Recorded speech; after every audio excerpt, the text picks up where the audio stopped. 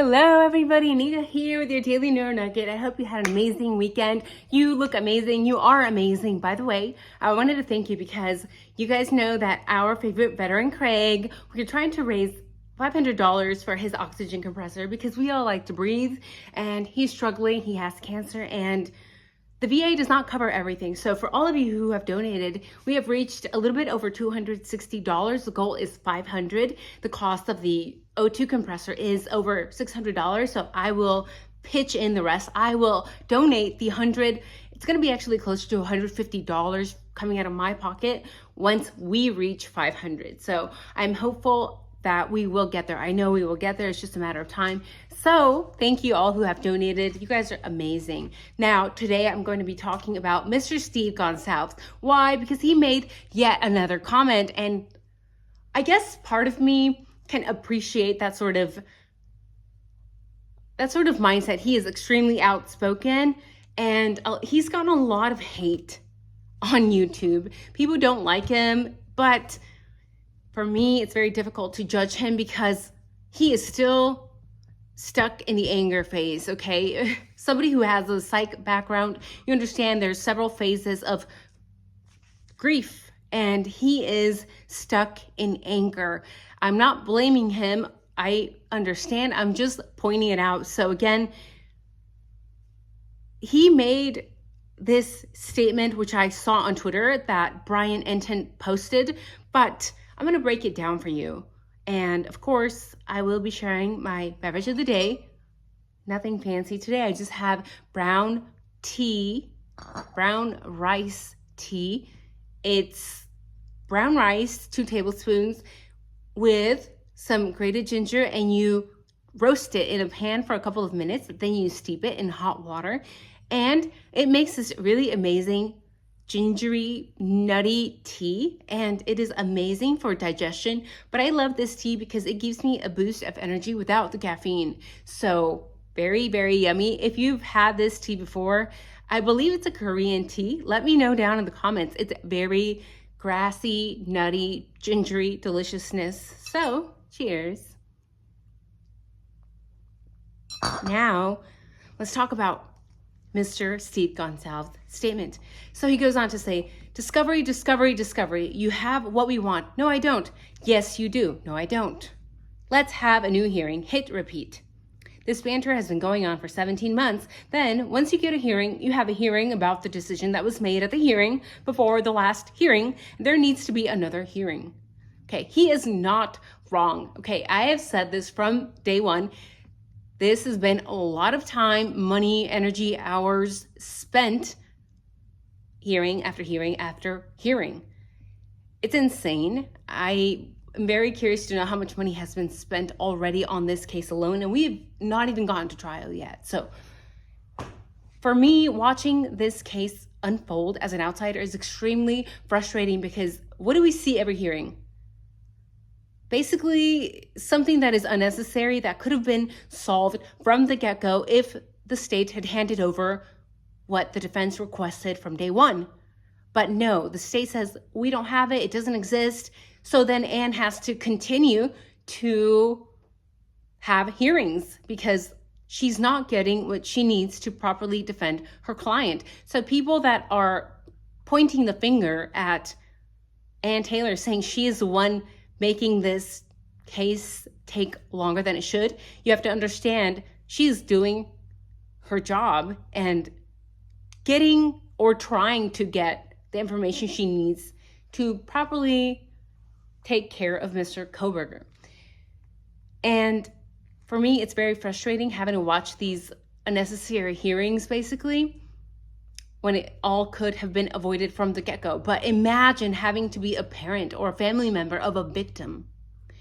That would just be very painful, right? Especially if you're stuck in the anger phase of healing. This would be extremely infuriating. So again, have some empathy for the family members. We don't understand why they are feeling the way that they are. And a lot of people say, but Nika, you know, if I were Steve, okay, you say that now, but again, we all process these very difficult emotions very differently. So have some empathy, people, please. Now, I don't like to disagree or judge the parents, but I am going to disagree in some of the remarks that Steve made in this statement. So he says, this case is turning into a hamster wheel of motions, hearings, and delayed decisions. Can we all just agree that this case needs to move forward and the judge needs to start setting hard deadlines in this case?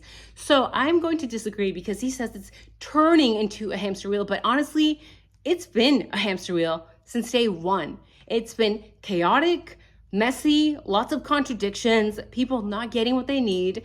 Ann Taylor being told that she can't get it, or that she already has it when we know she does not, or her being told it's not up to us, Ann, it's the feds. So sorry, we can't help you. That's a problem. But I do agree with Steve when he says that the judge needs to start setting hard deadlines. We need a judge with a freaking backbone because honestly, Judge does not have one. We have seen it. Why is he intimidated of Bill? Why? It's just Bill. Or is there something else going on in the background that we don't know about? Because in my opinion, Judge always seems to side with Bill. For whatever reason, we can all speculate, but it's very odd. It just makes me wonder if they are part of some good old boys club that we don't know about.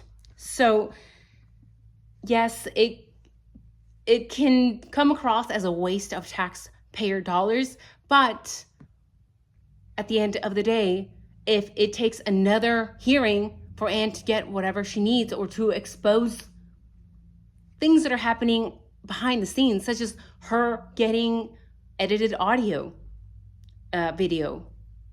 She said in the last hearing, I got a video, tiny clips, but no audio. Why is the defense, or why is the prosecution editing this information? That is tampering with evidence, is it not? Maybe I am wrong. Let me know down in the comments. Now, when the judge learned that the state did not have their ducks in a row, aka no IgG, no autopsy reports, my phone almost died. The judge should have then and there taken control of the situation and said, well, we need to solve this now, right? Not 17 months later. So what I'm getting from all this information is that basically the judge allowed the state to imply that they had evidence when clearly they did not, and they still don't.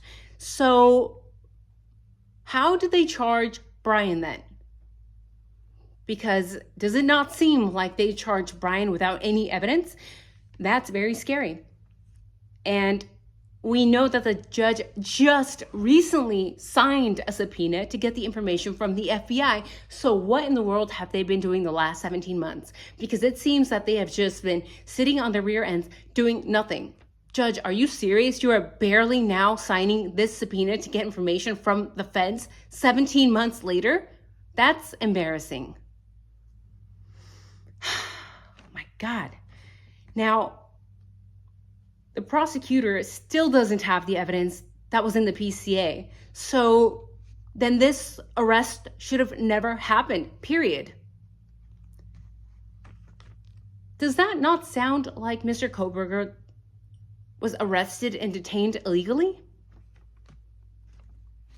I mean, Anne, to this day, still does not know how the state got to Brian. We know that there's no IgG paper trail, and that is terrifying. You guys remember the comment saying that the original profile of the IgG information got deleted? How convenient. How convenient.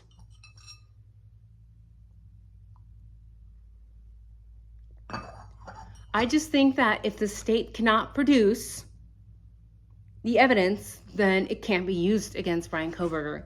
If they can't produce, it can't be used. If they can't produce, it can't be used. You can't just... That's like me going to work and saying, this lady almost unalived a patient, but they're not having any proof. You're just making things up without proof, without evidence. Show me the evidence. Otherwise, if you can't produce, then you can't use it. How are they going to use the IgG against Mr. Bryan Kohberger when they cannot even produce the evidence? That is trash. That is terrifying, because then that just means that the state can make up whatever they want in the moment, or the feds can come up with whatever theory that they want, point the finger at any citizen, and take them to court and have them in a cell. And not only that, but remember, a lot of people forget, they also want to unalive Bryan Kohberger without proof. That is dangerous. Very dangerous territory we are treading, people. That's scary. Okay, that just reminds me of cancel culture, but times 10, times 100.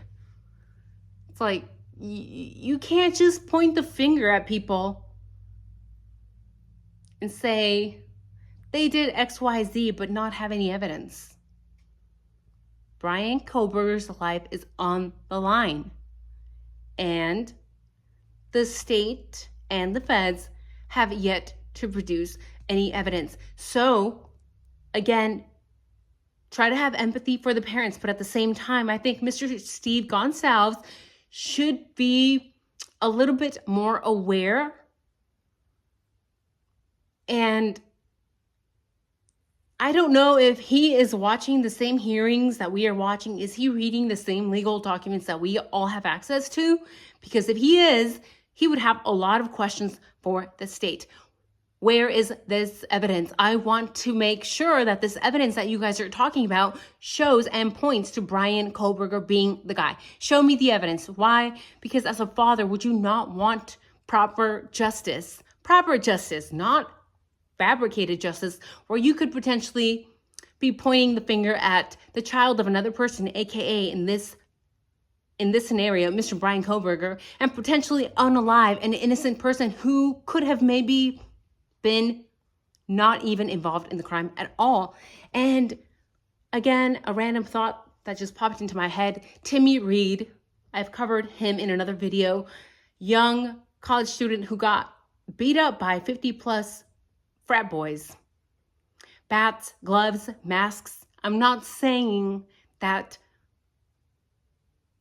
the cases are related, but it does show that although in this Timmy Reed case, the state has, or the university has done what to these people? They knew the people that went to Timmy's house. They know who was there.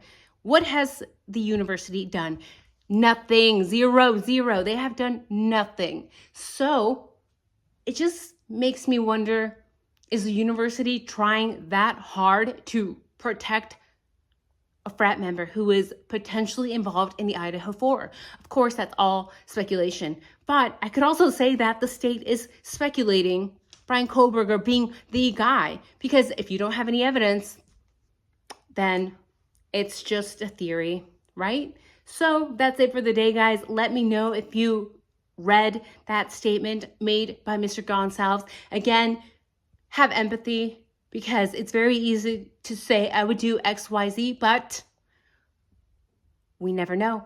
We don't know how we would act until we are in that situation, which reminds me, when I was young, I had a boyfriend who was a black belt in karate, and when he got mugged, he froze. He thought he would be ready. He thought he would know how to act in that situation. And when it finally hit him, when it happened, you know what? He did the complete freaking opposite. So that's just a little fun fact to let you know that things don't always turn out the way you think they will. So have some empathy for the parents, please. Take care. Leave me a comment down below. If you want to donate to Craig, the best veteran ever, the description for the Cash App is in the comments down below and in the description. I think I messed that up, but you guys know what I mean. You know what I mean. So I have a long day of hard labor today. You guys have a wonderful night and take care. Bye-bye.